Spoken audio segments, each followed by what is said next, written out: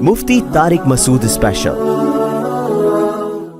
تو غصہ لیس ہو جانا، دیکھو یہ میں اس لیے کہہ رہا ہوں کہ بعض لوگ بالکل کیا ہو گئے پولائٹ، اس کے بڑے سائیڈ ایفیکٹ سامنے آ رہے ہیں۔ گھر میں بچوں کو اگر یہ پتا چل جائے ہمارے ابا کے ساتھ جو مرضی کر لو، سارا دن ٹی وی دیکھو، ڈرامے دیکھو، فلمیں دیکھو، موبائل دیکھو، ابا کو بالکل بھی غصہ نہیں آئے گا، وہ گھر تباہی ہے، عذاب جان ہے وہ۔ بیٹی کو پتا چل جائے کہ میں جس سے بھی بات کروں، گھنٹوں گھنٹوں فون پہ لگی رہوں، میرے ابا کو بالکل بھی غصہ نہیں آئے گا، تو بچی کیا ہو جائے گی؟ برباد۔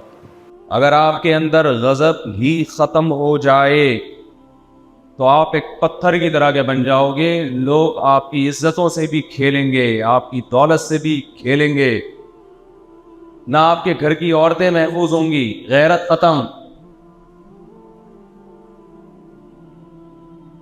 تو اللہ میاں نے یہ جو غصے کا جذبہ انسان میں رکھا ہے، یہ انسان کے فائدے کے لیے رکھا ہے کہ ایک لمٹ کے بعد اگلے کو پتا ہو کہ اس کی کھوپڑی گھوم سکتی ہے۔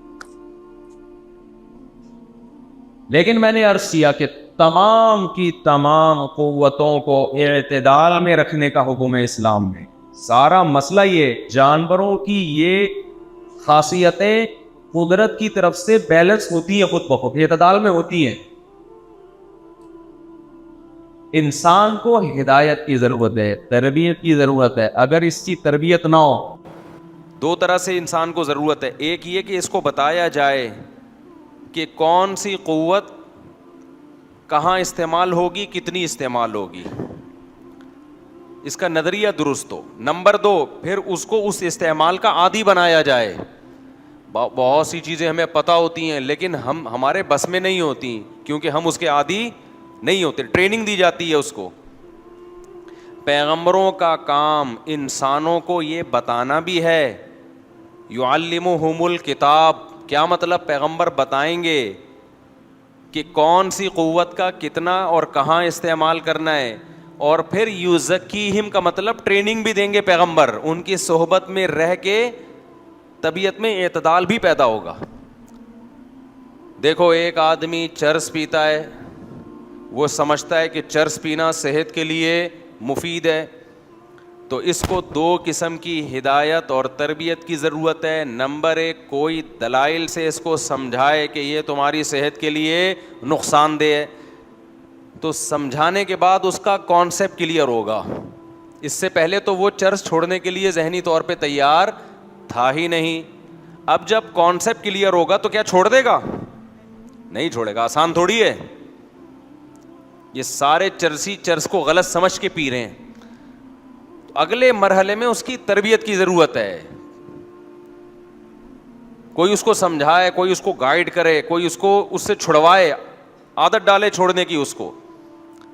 تو ہر چیز کے بارے میں انسان کو دو قسم کی ہدایات چاہیے۔ نمبر ایک، کانسیپٹ کلیئر ہو۔ نمبر دو، پھر وہ چیز آپ کی عملی زندگی میں آئے۔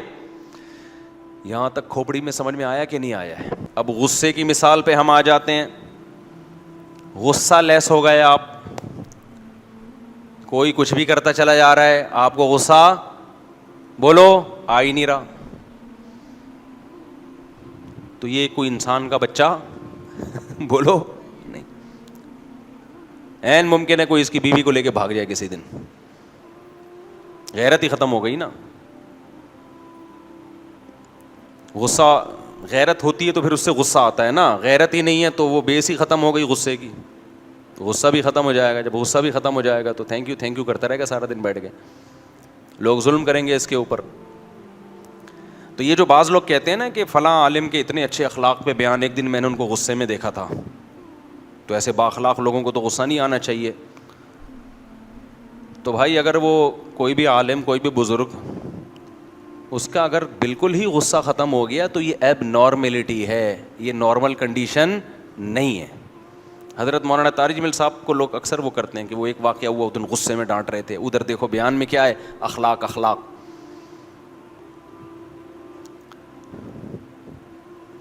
تو بالکل ہی آپ کسی کو تنگ کرتے رہیں اور اس کو ذرا بھی کبھی بھی اس کا ذرہ برابر بھی غصہ نہ آئے. جو غصہ ایک ایسی چیز ہے نا جو انسان کے دفاع کا ذریعہ بنتی ہے. سامنے والے کو پتا ہوتا ہے بھائی ابھی اس کا میٹر کیا ہو گیا, تو یہ بھی ایک قوت ہے جو انسان کے فائدے کے لیے اللہ نے دی ہے. اس سے فائدہ کیا ہوتا ہے, کمزور طاقتور ہو جاتا ہے. اس سے بعض دفعہ آپ اپنے سے طاقتور سے لڑ نہیں سکتے, لیکن غصے میں ایک دم آپ کی انرجی بوسٹ کرتی ہے, ایسے جیسے سٹا لگا لیا آپ نے. ٹھیک ہے نا, بغیر سٹے کے سٹے کا مزہ, ایک دم بھڑکتا ہے, ایک دم ہاتھ جبڑا پھاڑ کے پھر دیکھتا ہے کہ یہ مناسب تھا یا نہیں تھا. وہ اس پہ میں بھی آ رہا ہوں. تو غصہ لیس ہو جانا, دیکھو یہ میں اس لیے کہہ رہا ہوں کہ بعض لوگ بالکل کیا ہو گئے پولائٹ, اس کے بڑے سائیڈ ایفیکٹ سامنے آ رہے ہیں. گھر میں بچوں کو اگر یہ پتا چل جائے ہمارے ابا کے ساتھ جو مرضی کر لو, سارا دن ٹی وی دیکھو, ڈرامے دیکھو, فلمیں دیکھو, موبائل دیکھو, ابا کو بالکل بھی غصہ نہیں آئے گا, وہ گھر تباہی ہے, عذاب جان ہے وہ. بیٹی کو پتا چل جائے کہ میں جس سے بھی بات کروں گھنٹوں فون پہ لگی رہوں, میرے ابا کو بالکل بھی غصہ نہیں آئے گا, تو بچی کیا ہو جائے گی, برباد. بچی جو ہے نا وہ فون پہ گھنٹہ بات کرتی ہے, ابا کو غصہ لانے پر کیا ہے گورنمنٹ کی طرف سے پابندی. ایک صاحب نے مجھے بتایا کہ میری بچی ہر وقت موبائل پہ لگی رہتی تھی, ہر وقت. مجھے غصہ آیا کہ جب گھر میں آتا ہوں, بڑوں کو کوئی سلام ہوتا ہے, باپ گھر میں آ رہا ہے, تھوڑا سا تو چہرے کے ایکسپریشن سے پتا چلے نا ابا آ رہے ہیں گھر میں, تو تھوڑا سا ان کو کچھ پوچھ لو. نہیں جی موبائل, پتہ نہیں کس سے بات کر رہی ہے, لینے کی کوشش کرو تو غصہ.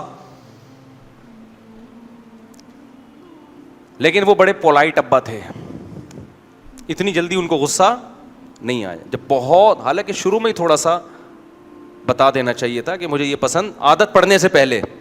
جب بہت زیادہ ہو گیا تو پھر ایک دم غصہ, ایک تھپڑ لگا دیا کھینچ کے. کیا لگا دیا, تھپڑ. اس نے پولیس کو فون کیا, ابا مارکیٹ سے شاٹ. کسی اور کنٹری کا واقعہ ہے, فیملی پاکستانی تھی لیکن ابا کیا ہو گئے, جیل. پولیس آئی, ابا کو اٹھا کے بند, ابا اندر. جو تھوڑا بہت غصہ ابا کو آیا تھا آئندہ کے لیے وہ بھی کیا ہو گیا, ختم. اس کے بعد ابا کچھ دن بعد باہر آئے, پولیس بچی کو اٹھا کے لے گئی کہ یہ ماں باپ اس قابل نہیں ہے کہ آپ ان کے پاس رہو. اور پولیس پھر اس بچی کو ماں باپ کے خلاف 1 ہفتہ ورغلاتی رہی ہے کہ تمہارے ماں باپ اگر تم سے سختی سے بات کریں, تھپڑ تو دور کی بات, ہمیں بتاؤ. ادھر پیچھے ماں باپ رو رہے ہیں. مجھے فون کیا, میں نے کہا اب آپ کو نہیں پتہ چلے گا کس کا واقعہ بہت پرانا ہو گیا. پرانے واقعات ہوتے ہیں جن کا ہوتا ہے اس کو بھی پتہ نہیں ہوتا بات, میری بات ہو رہی ہے. تو انہوں نے کہا کہ یہ چل رہا ہے مارکیٹ میں, ہماری بچی ہمارے ہاتھ سے گئی, دعا کریں. خیر وہ بچی آ گئی واپس. تو میں نے کہا کماؤ پیسہ, تمہیں پاکستان میں غربت, مہنگائی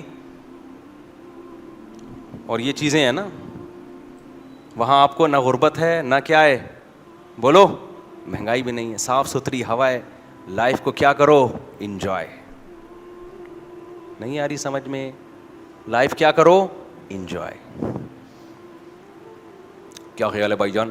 ہمارا تو جب میٹر گھومتا ہے کچھ بھی نہیں کرتے ہم, الحمدللہ. یوٹیوب میں ریکارڈ ہو گیا تو مسئلہ ہو جاتا ہے اصل میں, بتائیں گے تھوڑی. اچھا خیر, کہاں سے کہاں بات چلی گئی.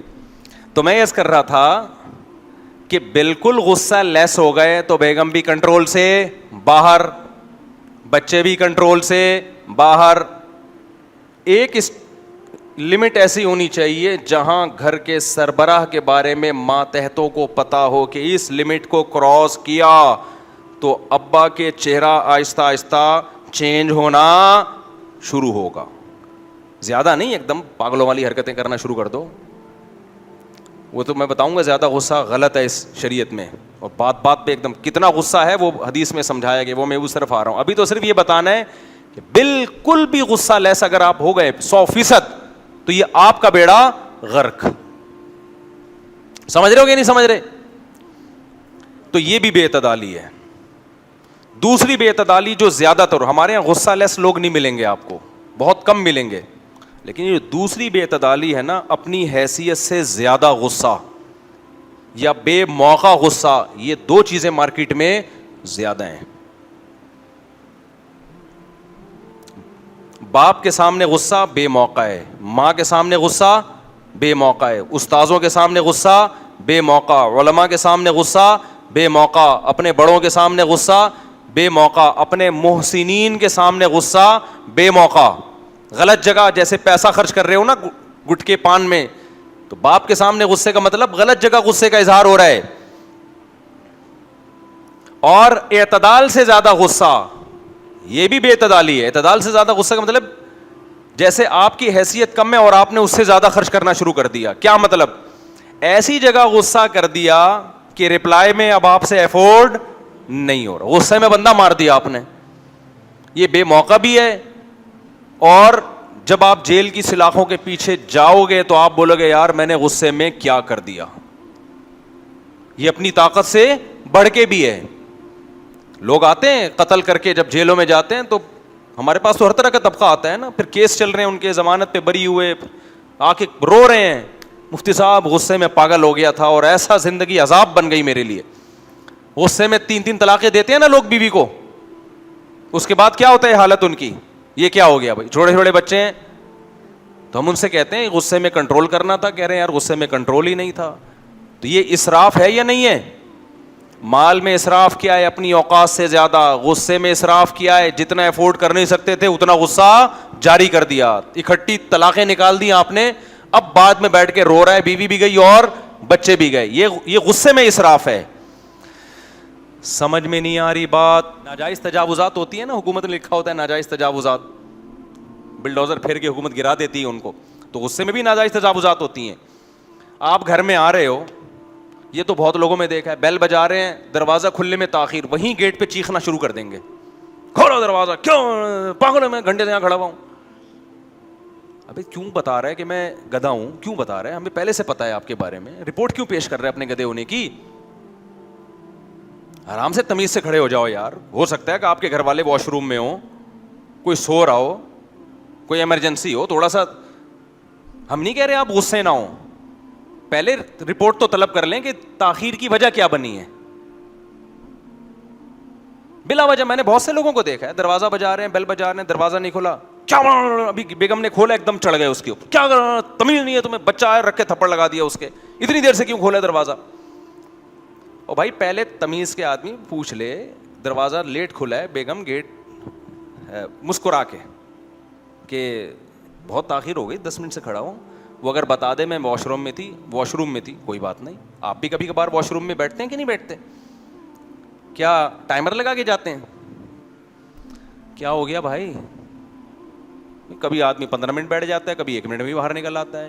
یہ تو پراٹھوں پہ ہے کہ کتنے صبح آپ نے پراٹھے کھائے تھے اور کس قسم کے پراٹھے کھائے تھے. کیا خیال ہے بھائی, اس حساب سے آدمی واش روم میں ٹائم لگاتا ہے. اور اگر کوئی بھی وجہ نہیں ہے, بیگم صاحبہ کہ نہ میں واش روم میں تھی, نہ کوئی اور کام تھا, بس یہ کہ مجھ سے نہیں کھولا جا رہا تھا, سستی ہو رہی تھی, پھر آپ کا غصہ بنتا ہے. بیگم پہلے تو ایک دفعہ تو آرام سے سمجھاؤ نا, بیگم یہ کام مناسب نہیں, میں گھنٹے سے کھڑا ہوا ہوں گیٹ پہ, اچھا نہیں, تمیز سے. ابھی ایک دم غصہ آ جانا ابھی بھی ٹھیک, موقع تو دو نا سنبھلنے کا.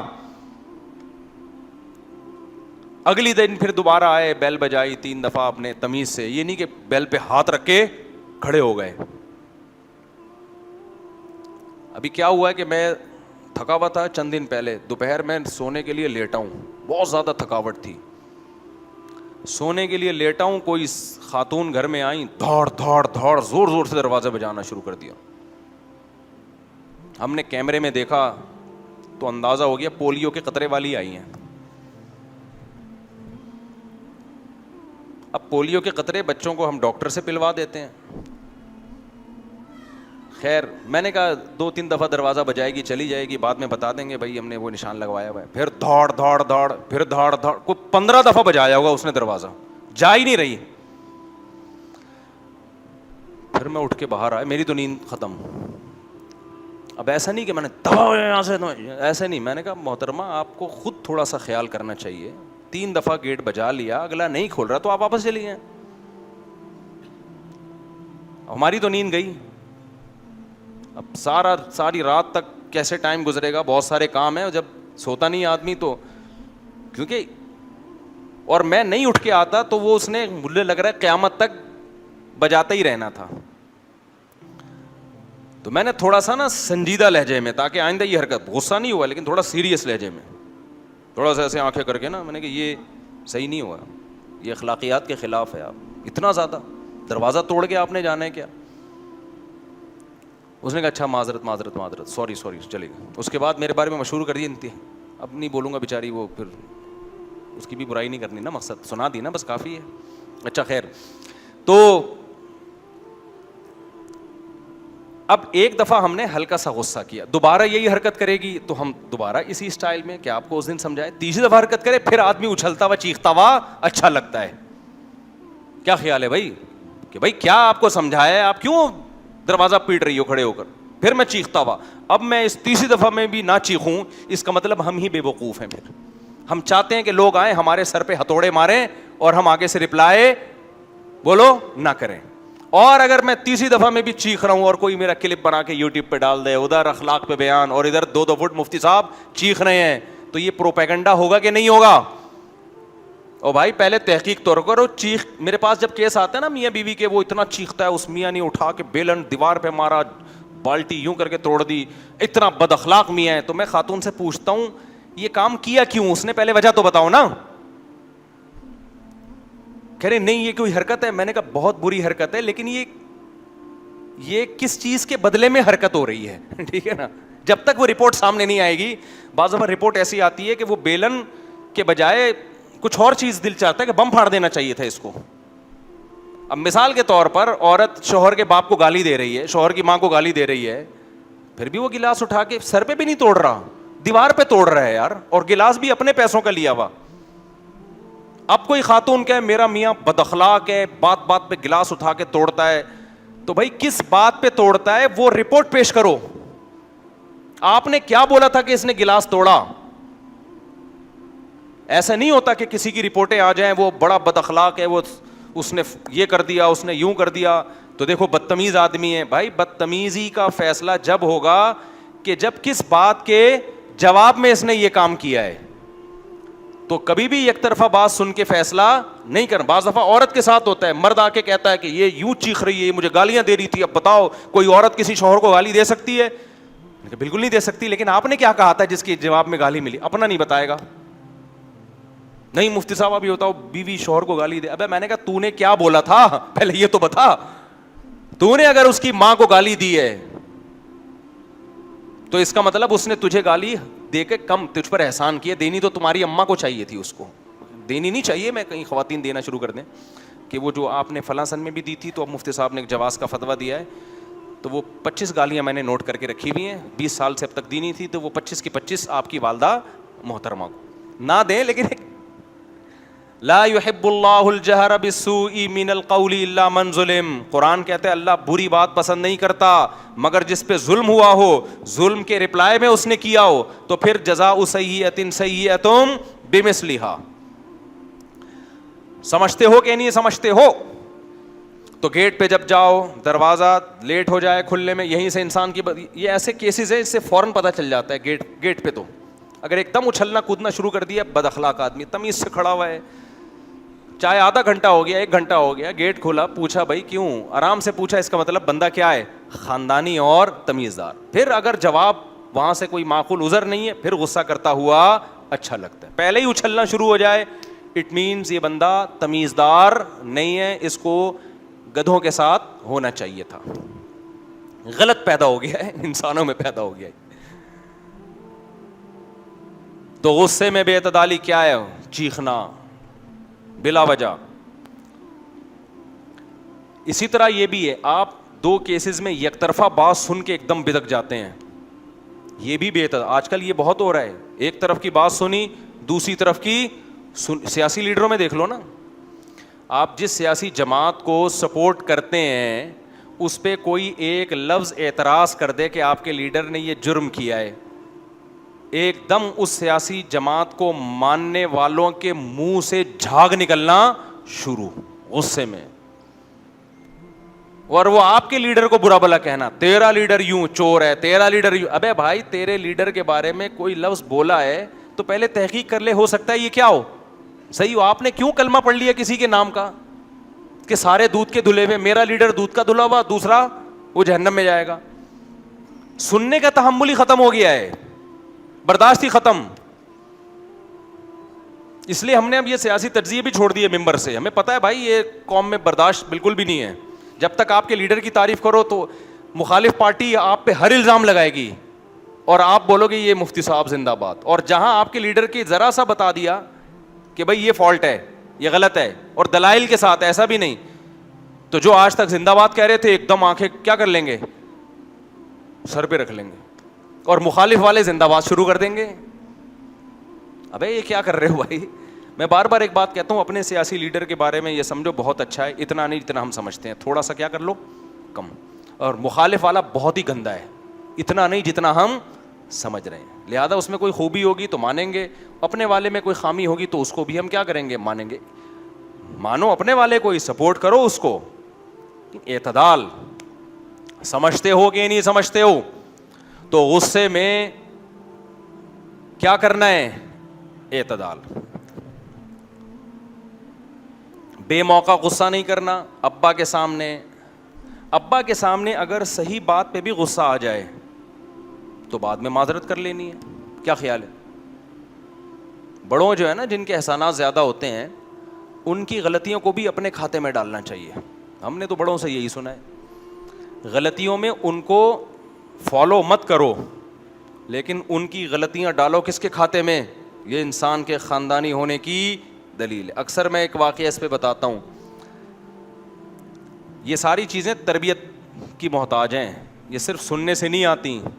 ایسے لوگوں میں رہنا پڑے گا جو غصے پہ کنٹرول کرتے ہیں, پھر کنٹرولنگ پاور آئے گی. وہ واقعہ تو میں بعد میں سناؤں گا جو میں بھی سنانے لگا تھا, لیکن ایک اہم بات, غصے میں کنٹرول کیسے ہو, یہ بہت اہم پوائنٹ کی بات ہے.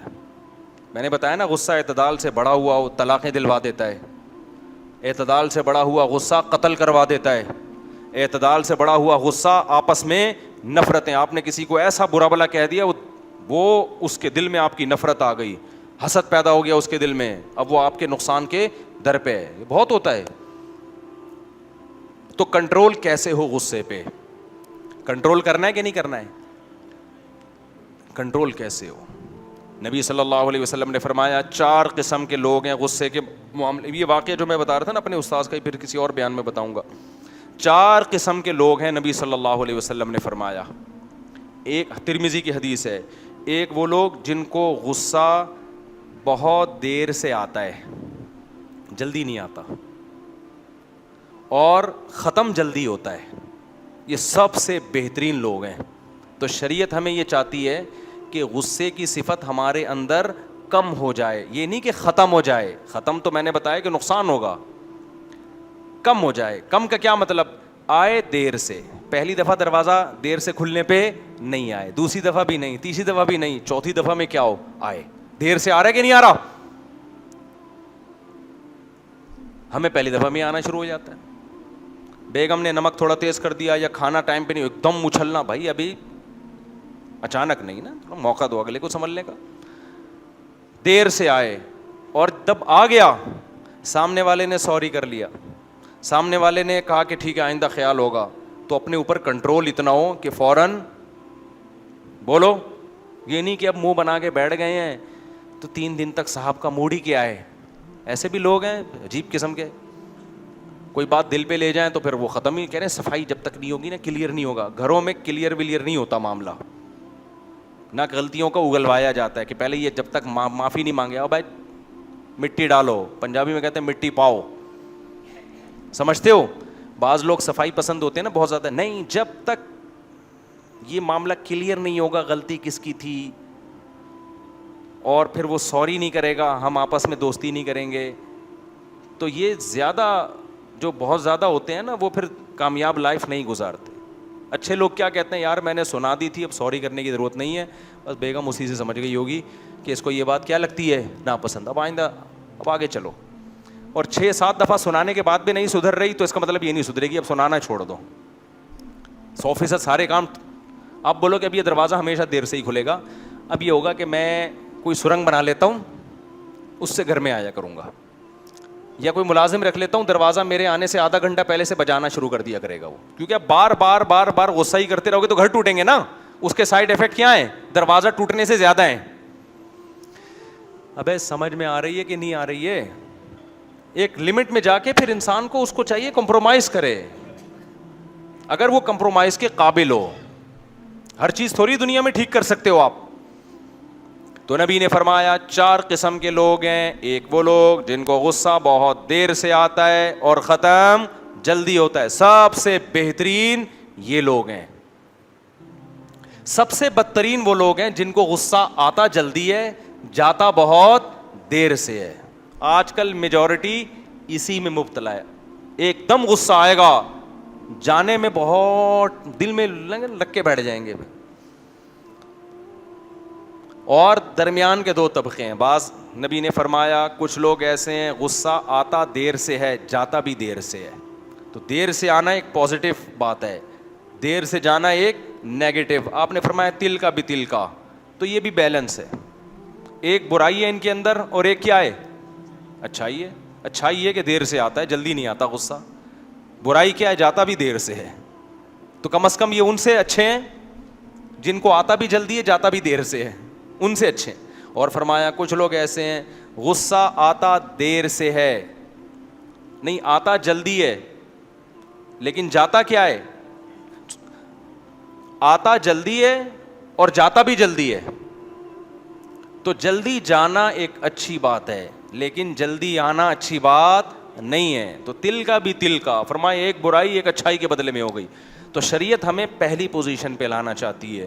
وہ پہلی پوزیشن کیا ہے, ہمیں غصہ جلدی نہ آیا کرے, اور آ گیا ہے تو جلدی چلا جایا کرے. یہ کامیاب لوگوں کی علامت ہوتی ہے. اب سوال پیدا ہوتا ہے کہ جی ہم ایسا کیا کریں کہ ہمیں غصہ جلدی نہ آیا کرے, اور آ بھی جائے تو کنٹرول کر کے اس کو ہم جلدی ختم کر دیں. تو میرے بھائی یہ ایک بڑا طویل موضوع ہے کہ یہ کیسے ہوگا. اس کے لیے اس کا آپ کی صحت سے بھی تعلق ہے, اور کچھ نظریات سے بھی تعلق ہے, کچھ آپ کی ہمت سے بھی تعلق ہے.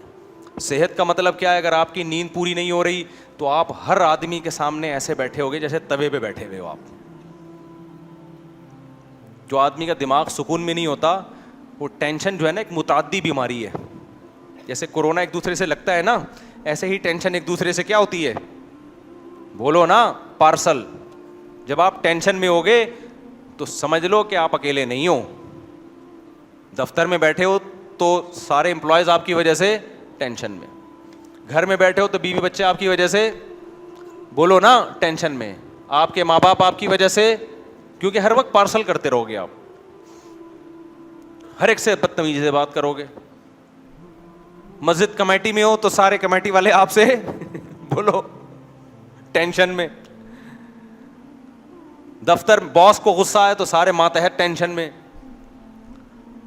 تو یہ ایک ایسی چیز ہے جس کا سوسائٹی پہ بہت برا اثر پڑتا ہے. اس لیے سب سے پہلے جو کام کرنے کا ہے غصے کو کنٹرول کرنے کے لیے, وہ ہے اپنی نیند کو کنٹرول کرنا. اور یاد رکھو دیر آر 2 types آف نیند. نیند کی 2 قسمیں ہیں, ایک لمبی نیند اور ایک گہری نیند. آج لمبی نیند کو فوکس کیا جا رہا ہے, گہری کو فوکس نہیں کیا جا رہا. سوتا رہتا ہے سارا دن ساری رات, مگر آدھا سو رہا ہوتا ہے آدھا جاگ رہا ہوتا ہے. گہری نیند, حضرت حکیم اختر صاحب رحمہ اللہ تعالیٰ فرمایا کرتے تھے, مولانا شرف علی تھانوی رحمۃ اللہ نے بہت دماغی کام کیا ہے نا. یہ ہمارے جتنے اکابر ہیں نیند کو بہت ویلیو دیتے. کھانے کی اتنی ویلیو نہیں ہے بھائی, خوراکیں کھا رہے ہیں خوراکیں. صحت میں سب سے پہلا دخل کس کا ہے, بولو, آپ کی نیند کا. آپ کی باڈی ریپیئر نیند میں ہوتی ہے. 1 ہفتہ کھائے پیے بغیر انسان زندہ رہ سکتا ہے, 1 ہفتہ سوئے بغیر انسان زندہ نہیں رہا. جتنا بھی اچھا کھا لو اگر گہری نیند نہیں تو برباد ہو رہا ہے وہ. سمجھ میں آ رہی ہے بات کی نہیں آ رہی ہے؟ حکیم الامہ رحمہ اللہ تعالی مولانا تھانوی رحمۃ اللہ علیہ جو ہے نا, حکیم اختر صاحب کا ایک بیان میں نے سنا, انہوں نے فرمایا کہ وہ فرمایا کرتے تھے میں غرق ہو کے سوتا ہوں. تھوڑا سوتے تھے لیکن ڈوب کے سوتے تھے, جسے کہتے ہیں نا گھوڑے بیچ کے سونا. اور یہ جو گھوڑے بیچ کے سونا ہے نا, یہ رات کے پہلے حصے میں ہو سکتا ہے. آج 2 بجے 3 بجے لوگ سونے کے لیے لیٹتے ہیں اور موبائل دیکھنا شروع, تو بس سمجھ لو نیند کا ہو گیا بیڑا غرق.